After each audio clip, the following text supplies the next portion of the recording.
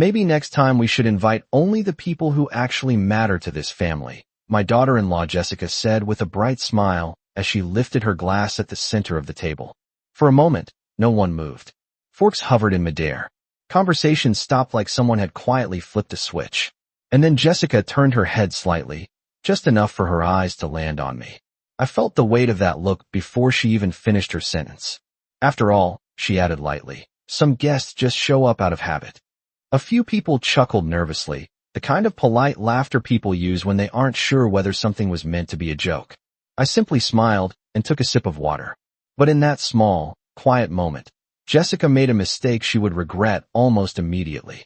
The dinner had been meant to celebrate my granddaughter Emily's 16th birthday. The restaurant Daniel had reserved overlooked Lake Michigan, and the evening light poured through the tall windows like warm honey. The kind of place with crisp white tablecloths, polished silverware, and a view that made everyone pause for a second when they first walked in. Emily sat across from me in a pale blue dress, nervously twisting the small bracelet I had given her earlier that afternoon. My son Daniel sat beside Jessica at the head of the table, proud and relaxed, completely unaware of the tension slowly forming beneath the surface of the evening. The table was filled with family, uncles, cousins, my sister Helen, even Daniel's college friend Mark, who had practically grown up with us. Plates of grilled salmon, roasted vegetables, and warm bread filled the air with the comforting smell of a proper family celebration. Everything had seemed perfect when the evening began. Jessica had greeted everyone with her usual polished smile, the one that looked effortless but somehow never reached her eyes. She had complimented the restaurant, praised the decorations, and thanked Daniel loudly for organizing everything. From the outside, she looked like the picture of a thoughtful hostess. But I had known Jessica for 9 years now, long enough to recognize the small changes in her tone, the pauses between her words, the little moments where kindness turned sharp at the edges. And tonight, those edges were showing. When the waiter refilled the glasses and the candles flickered softly across the table, Jessica stood up to make what she called a quick toast. Everyone expected something sweet for Emily. Something about family. Something about how quickly children grow up. Instead, her words landed like a small stone dropped into still water. The ripples spread across the table in silence. I noticed Daniel shift slightly in his chair. Emily looked down at her plate. My sister Helen slowly set her fork down. No one said anything directly to Jessica, but the mood of the room changed in a way that was impossible to ignore. I rested my hands quietly on the edge of the table and watched the candlelight reflect across the glasses. People often think humiliation is loud, that it arrives with shouting or anger. But sometimes it arrives quietly, dressed up as humor. Sometimes it hides inside a smile and a carefully chosen sentence. Jessica believed she had just embarrassed me in front of the entire family. What she didn't realize was that moments like this have a way of revealing far more than they intend to. And that night, in front of the whole family, Jessica had just revealed exactly who she was. For a few seconds after Jessica sat down, the table remained strangely quiet. The waiter moved around us with careful steps, placing fresh plates and adjusting silverware. But even he seemed to sense the tension that had settled over the room. My son Daniel cleared his throat and tried to smile, the way people do when they are trying to smooth over something uncomfortable without calling attention to it. Well, he said gently, lifting his glass toward Emily. 16 is a big year. Emily nodded, though her eyes briefly flickered toward me before she forced a small smile.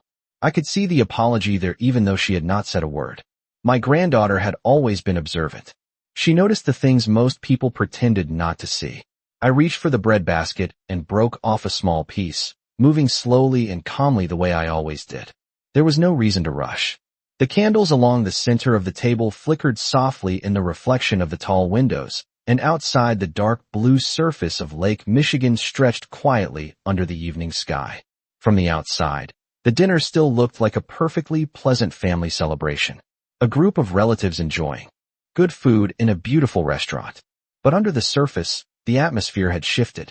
My sister Helen leaned slightly toward me and whispered, "Do not pay attention to that nonsense." Her voice was soft, careful, the way someone speaks when they do not want to make a scene. I simply gave her a small smile. "It is Emily's night," I said quietly. "Let us enjoy it." Across the table, Jessica laughed at something Mark had just said, though her laughter sounded a little louder than necessary. She always had that habit. When she believed she had won a small social victory, she liked to make sure everyone noticed. Daniel was focused on cutting Emily's steak into smaller pieces, completely absorbed in the simple task of being a father. I watched him for a moment. My son had always been kind, but kindness sometimes came with a certain blindness. He preferred peace over confrontation. It was one of the reasons Jessica had learned to speak so confidently in rooms like this. The waiter returned with our main courses and placed a plate of roasted chicken in front of me. The smell of rosemary and butter rose gently from the dish. I picked up my fork and knife and began to eat slowly. Around the table, the conversations gradually restarted. Someone asked Mark about his new job. My cousin Linda commented on how tall Emily had grown. The ordinary rhythm of dinner began again, as if the moment earlier had been nothing more than an awkward joke that everyone had silently agreed to forget. But moments like that do not simply disappear. They linger in the quiet spaces between conversations. They remain in the way people avoid eye contact for a few seconds longer than usual. Jessica eventually leaned back in her chair, satisfied with the easy attention she was receiving. She glanced toward me once, perhaps expecting some sign that her comment had bothered me. Perhaps she was waiting for irritation or embarrassment. Instead, she found me calmly finishing my dinner and listening to Emily describe a school project she had been working on. I asked her a few questions about her art class, and she brightened immediately, grateful for the change in conversation. The truth is that people who try to humiliate others often expect a reaction. Anger, hurt, an argument across the table. Silence, however, is something they rarely know how to interpret. Jessica believed she had established her place at the center of the family that night. She believed she had reminded everyone who controlled the tone of the room. What she did not understand was that the quiet moments after a careless remark often reveal far more than the remark itself. And while the rest of the table slowly returned to its comfortable chatter, I continued to observe. Not with anger, not even with disappointment. Simply with the patience that comes from many years of watching people show you exactly who they are when they think no one is paying attention. I noticed the change in Emily long before the cake arrived at the table. She had always been a bright and expressive girl, the kind who filled a room with questions and excitement. But after Jessica's remark, she became quieter, more careful with her words. She smiled when people spoke to her. She thanked the waiter politely, and she laughed when her cousin told a joke. Yet her eyes kept drifting toward me as if she was trying to measure whether I had truly been hurt. Children are often more honest observers than adults. They notice the tone of a voice, the pause after a sentence, the way a room shifts when someone says something unkind. When the waiter finally brought the birthday cake, a tall chocolate cake with 16 small candles glowing softly, everyone clapped and began singing. Emily smiled again, a real smile this time, and I could see the relief on her face as the attention returned to something joyful. Jessica leaned forward with her phone to take pictures, adjusting the angles several times as if the moment belonged to her. Daniel stood beside Emily with his arm around her shoulders, proud and content, the way fathers often look during milestones like this.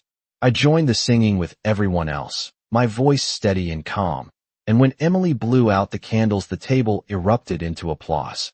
For a few minutes, the earlier tension seemed to dissolve completely. Plates were cleared away, coffee cups were filled, and several relatives began telling stories about Daniel when he was Emily's age. Mark laughed so loudly at one of the stories that people from the neighboring table glanced over with amused smiles. Jessica seemed pleased again, leaning back in her chair with the confident expression she wore whenever the attention of the room drifted in her direction. But moments like the one earlier rarely exist in isolation. They are usually part of a pattern that slowly reveals itself over time. As I listened to the conversation around me, small memories began returning with surprising clarity. A Christmas dinner 3 years earlier when Jessica insisted on changing the location at the last minute, claiming my house was too traditional for modern celebrations. A summer barbecue when she casually mentioned that older people often preferred quiet evenings instead of family gatherings, while looking directly at me across the table. A birthday party for Daniel when she joked to a group of his friends that every family eventually needed to update its leadership. At the time, each comment had seemed small, almost harmless when taken alone. But patterns have a way of becoming visible once you step back and observe them as a whole. I stirred the coffee in front of me slowly, watching the surface ripple gently under the restaurant lights. Across the table, Jessica was explaining something about vacation plans to my cousin Linda, describing a beach resort in Florida as if she had personally discovered it. Daniel nodded along, though he looked slightly distracted now, his attention drifting toward Emily, who was opening a small box from her aunt. I realized then that Jessica had been speaking with a certain confidence for years, the kind of confidence that grows when a person believes no one will ever challenge them. She had become comfortable making small remarks, subtle observations, quiet little statements that placed her firmly at the center of the family conversation. And tonight she believed she had taken one more step in that direction. Emily eventually stood and walked around the table toward me, holding a small slice of cake on a plate. "Grandma," she said softly, placing it in front of me, "this piece has the most frosting." Her voice carried the gentle sincerity that only teenagers still possess before adulthood teaches them to hide their emotions. I looked at the cake and then back at her. "That is very thoughtful," I said with a smile. She lingered there for a moment before returning to her seat. Jessica watched the exchange carefully. I could feel her attention even without looking directly at her. People who seek control often become curious when something does not unfold the way they expect. And tonight, while the family laughed and shared dessert beside the dark waters of Lake Michigan, Jessica was beginning to realize that the reaction she had anticipated never arrived. What she did not yet understand was that patience often speaks louder than confrontation, and the quietest responses sometimes carry the most lasting consequences. The restaurant slowly grew quieter as the evening moved toward its end. Coffee cups were nearly empty. The candles on the table had burned down to small glowing pools of wax, and the large windows beside us reflected the warm lights of the dining room instead of the dark lake outside. People were relaxed now, leaning back in their chairs and talking in smaller groups. It was the comfortable kind of ending that most family celebrations naturally drift into. But as I watched everyone around the table, the small memories from earlier years continued arranging themselves in my mind, like pieces of a puzzle finally falling into place. For a long time, I had given Jessica the benefit of the doubt. When she first married Daniel, she had been charming and enthusiastic, the kind of young woman who greeted everyone with a confident smile and a firm handshake. She had spoken about building strong family traditions and keeping everyone close. At the time, I believed every word of it. I even remember telling my sister Helen that Daniel had been fortunate to find someone so organized and ambitious. Yet the small shifts had begun almost immediately after the wedding. They were never dramatic enough to cause a scene. They were subtle. A holiday dinner moved to another location without mentioning it to me until the last minute. A family group message where plans were discussed, but somehow my name was left out of the conversation. A casual remark about how older generations sometimes struggled to keep up with modern life. None of these moments seemed large enough to confront directly, but taken together, they created a quiet pattern that slowly reshaped the family dynamic. I remembered one afternoon about 4 years earlier when I arrived at Daniel and Jessica's house with a homemade apple pie. It had been early autumn, one of those cool Chicago afternoons when the air smells faintly of fallen leaves. Emily had been younger then, running through the living room with a stack of school drawings in her hands. Jessica had opened the door and greeted me with that familiar polished smile. She thanked me for the pie, complimented the smell of cinnamon, and then casually explained that they had just started a new family routine that involved quieter weekends without visitors. Her tone had been friendly, almost apologetic, but the message was clear enough. I had stood on the front porch for a moment longer than usual before finally handing the pie to her and driving home. At the time, I told myself she was simply trying to organize her household. Everyone manages their home differently. Yet moments like that had continued over the years, always delivered with the same calm confidence. Tonight's remark during the toast had not appeared from nowhere. It had simply been the first time the pattern stepped fully into the open where everyone could see it.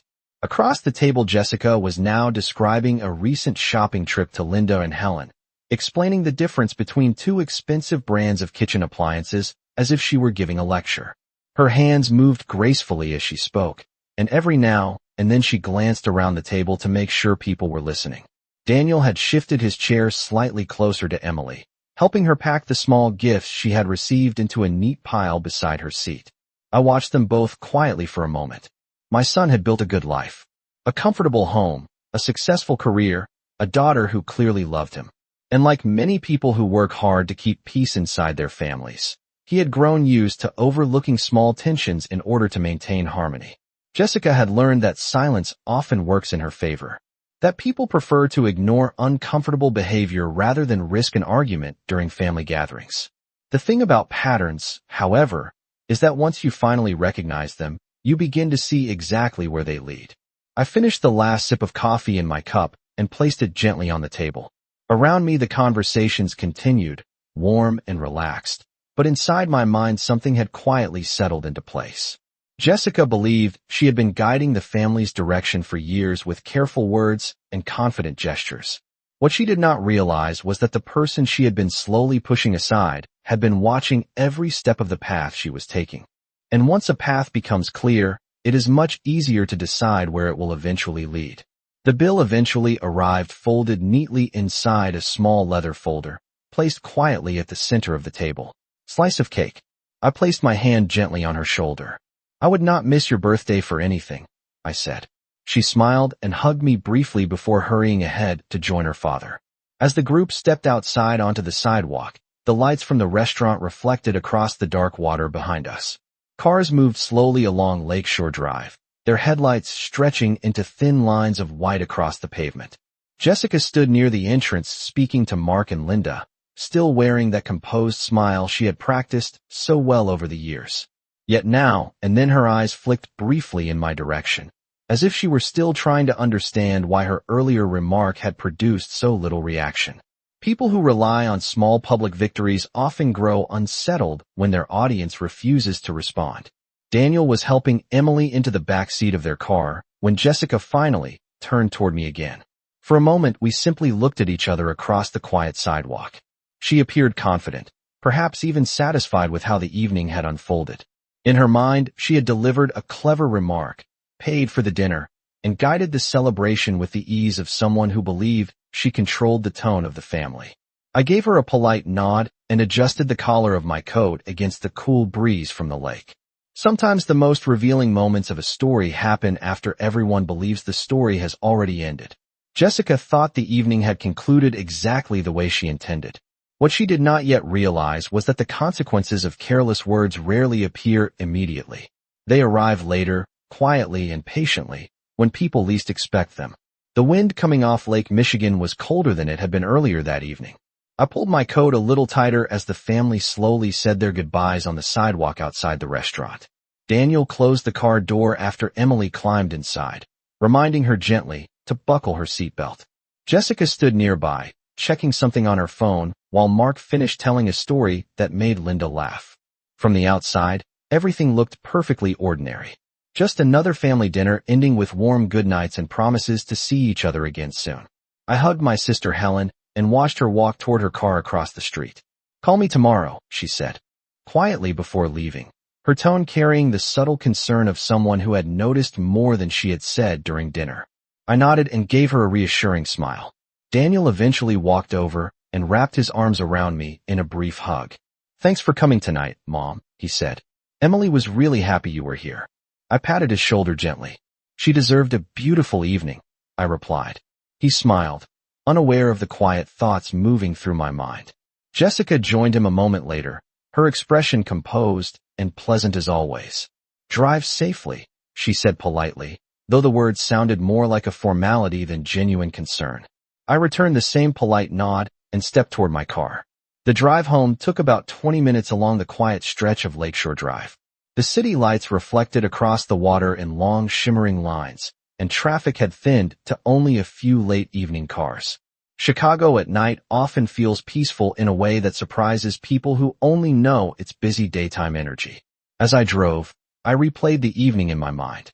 Jessica's toast, the silence around the table, Emily's careful kindness with the slice of cake, Daniel's quiet attempts to keep the mood light. None of it made me angry. In fact, anger would have been far too simple. What I felt instead was clarity. Patterns that had once seemed scattered were now unmistakably connected. When I reached my house, the porch light was still on, casting a soft glow across the front steps. I unlocked the door and stepped inside, greeted by the familiar quiet of a home that has been lived in for many years. The living room smelled faintly of lavender from the candle I had lit earlier that afternoon. I placed my coat over the back of a chair and walked slowly to the kitchen to pour a glass of water. For a moment, I simply stood by the window looking out at the quiet street. A few houses down, someone's television flickered behind their curtains. Somewhere in the distance, a train horn sounded softly. Ordinary sounds of an ordinary evening. Yet my mind had already moved beyond the restaurant, beyond the toast, beyond the uncomfortable silence that followed. People often believe that consequences arrive immediately after a mistake. In reality, they rarely do. They take shape slowly, often beginning with a single quiet decision. I set the glass down on the counter and walked toward the small desk in the corner of the living room where I kept my phone. For several seconds, I simply looked at it. Jessica had spent years speaking with confidence because she believed the structure of the family protected her position. She believed no one would ever question the role she had built for herself. But structures exist for a reason, and some of them were older than she realized. I picked up the phone and scrolled through my contacts until I found a familiar name. Robert Hayes, the attorney who had handled several legal matters for our family over the years. It was nearly 10:30 in the evening, too late for a proper conversation, so I simply left a short message with his office voicemail asking if he could meet with me sometime the following day. I placed the phone back on the desk and turned off the lamp beside the sofa. The house fell into a calm, comfortable darkness. Jessica believed that the evening had ended the moment everyone stepped onto the sidewalk outside the restaurant. What she did not yet understand was that some stories do not truly begin until after everyone else believes they are already finished. The next morning, the house was quiet in the gentle way it often is after a long evening. Sunlight filtered through the kitchen window, spreading across the wooden table where I had placed a small pot of coffee and a single cup. I had always enjoyed mornings like this. Calm, predictable, free from unnecessary noise. Outside, a light breeze moved through the trees lining the street, and somewhere nearby a dog barked once before everything settled again. I poured myself a cup of coffee and sat down slowly, allowing the warmth of the mug to settle in my hands. The events from the previous night returned to my mind with surprising clarity, but now they felt different. Time has a way of smoothing emotional edges and leaving only the important details behind. Jessica's words during the toast were no longer shocking. They were simply one more piece in a pattern that had finally become impossible to ignore. A few minutes after 8 o'clock, my phone rang softly on the table. The screen displayed the name I had expected to see. Robert Hayes. I answered and greeted him warmly. Robert had been our family attorney for nearly 15 years. He was a calm, thoughtful man who rarely rushed conversations and never spoke more loudly than necessary. Good morning, he said. I received your message. Is everything all right? I assured him that everything was fine and asked whether he might have time for a brief meeting later that day. Robert paused for a moment before replying that his office schedule was relatively open after lunch. We agreed to meet at 2 o'clock that afternoon. After the call ended, I finished my coffee and prepared for the day with the same steady routine I had followed for years. By early afternoon, I was driving downtown toward Robert's office building, a modest brick structure located a few blocks from the Chicago River.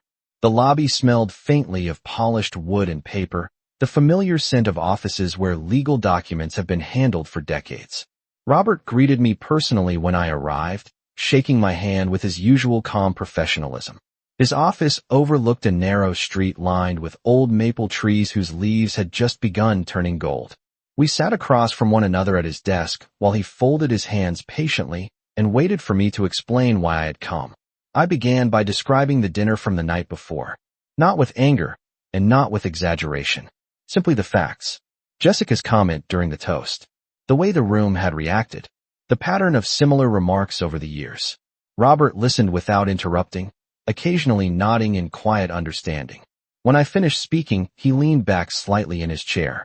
Sometimes moments like that bring clarity, he said thoughtfully. They reveal things that have been developing for a long time. I agreed with him.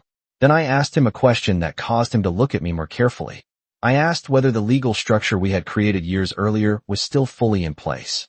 Robert opened a drawer and removed a thin folder containing several neatly organized documents. He placed it on the desk between us and tapped the cover lightly. Everything remains exactly as it was arranged, he said. Nothing has been changed.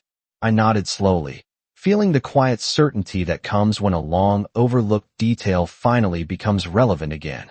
Jessica believed she understood the structure of our family. She believed she had spent years shaping its direction with confidence and careful words. What she did not yet realize was that some structures had been built long before she ever entered the picture, and those structures had not moved at all. Robert slid the folder across the desk toward me with the careful precision of someone who had spent decades handling important documents. The paper inside was thick and neatly organized, each page marked with small tabs that made the structure easy to follow. I had seen most of it before years earlier, but time has a way of pushing certain decisions into the background until the moment they become relevant again. Robert opened the first section and pointed to a paragraph highlighted in soft yellow. "You established this trust shortly after your husband passed away," he said calmly. "It was designed to protect the family property and ensure that the structure of ownership remains stable for future generations." I remembered that conversation clearly now. At the time, everything had been practical and forward-thinking. Daniel had been building his career, Emily had been a small child, and I wanted to make sure that the family home and certain financial assets remained secure no matter what changes life might bring. Robert turned another page and continued explaining the details with the same steady voice he used whenever discussing legal matters. The trust held ownership of several assets, including the house Daniel and Jessica currently lived in. Daniel had always believed the property had been transferred to him as a gift years earlier, but technically the legal ownership had never left the trust itself. That had been intentional. The arrangement allowed the home to remain within the family while ensuring that final control stayed with the trustee. And the trustee, as Robert reminded me with a small nod, was still me. I listened carefully as he reviewed the clauses we had agreed upon when the trust was first created. None of them had been written out of suspicion or fear. They had simply been practical safeguards designed to keep the family stable through changing circumstances. Yet now those quiet protections suddenly felt more significant than they had when the documents were first signed. Robert closed the folder slowly once the explanation was complete and rested his hands on the desk. "Everything remains exactly as you structured it," he said. "No one has requested changes, and legally nothing has shifted." I thanked him for confirming the details and asked a few additional questions about how decisions related to the property could be managed in the future. Robert answered each one patiently, explaining the options with the calm clarity that had always made him such a reliable advisor. When the meeting ended, I stepped outside onto the sidewalk and paused for a moment before walking toward my car. The Chicago afternoon was bright and cool, with sunlight reflecting off the river a few blocks away. People moved along the sidewalks carrying briefcases and coffee cups, completely unaware of the quiet decisions being made inside nearby offices. I drove home slowly, letting the steady rhythm of the city pass by outside the window. By the time I reached my neighborhood, the sky had begun to soften into the pale gold of late afternoon. I parked in my driveway and sat for a moment before turning off the engine. Jessica believed she understood the position she held within the family. She believed confidence and careful remarks had slowly moved her closer to the center of every decision. But structures built on confidence alone are rarely as strong as the ones built quietly over time. I stepped out of the car and walked toward the front door, feeling the calm certainty that comes when the path ahead finally becomes clear. The dinner by the lake had been a small moment, just a single remark delivered in front of relatives and candlelight. Yet sometimes a single remark is enough to reveal exactly how the next chapter of a story will unfold. 2 days later, I called Daniel and invited him, Jessica, and Emily to come by the house for dinner the following Sunday afternoon. My voice on the phone was calm and ordinary, the way it always sounded when I invited family over. Daniel seemed pleased by the idea. "Emily would love that," he said. "She has been asking when she can visit again." Jessica's voice appeared briefly in the background asking what we were doing that weekend, and Daniel repeated the invitation to her. There was a short pause before he told me they would all come around 4 o'clock. The afternoon arrived with the quiet comfort of early autumn. I spent the morning preparing a simple meal the way I had done for years. A pot roast. In the oven, roasted carrots, mashed potatoes, and the apple pie recipe my husband had always loved. The familiar rhythm of cooking filled the house with warmth. When their car finally pulled into the driveway, I wiped my hands on a kitchen towel and walked to the front door. Emily ran up the steps first and hugged me tightly the moment I opened it. "It smells amazing in here," she said with a grin that reminded me how quickly children grow. Daniel followed behind her carrying a small bouquet of flowers, smiling in the relaxed way people do when they believe they are visiting a comfortable place that has never changed. Jessica stepped inside last, glancing around the living room as if measuring whether anything looked different from the last time she had visited. We all sat down in the dining room shortly after. Sunlight filtered through the windows and rested gently across the table where the dishes were already waiting. The meal began pleasantly. Emily talked about school. Daniel described a new project at work. Jessica listened quietly at first, occasionally adding small comments with her usual confident tone. When dinner ended, I brought coffee and the apple pie to the table and then walked to the small desk in the corner of the room where a thin folder rested. I carried it back calmly and placed it beside my plate. Daniel looked at it curiously. "What is that?" he asked. I opened the folder and slid a few papers across the table toward him. "Something I wanted to review with you," I said gently. Daniel read the first page slowly, his expression shifting from casual interest to confusion. Jessica leaned slightly toward him, trying to see the document more clearly. I explained the trust structure in the same calm voice Robert had used in his office. The house Daniel and Jessica lived in had never technically belonged to them.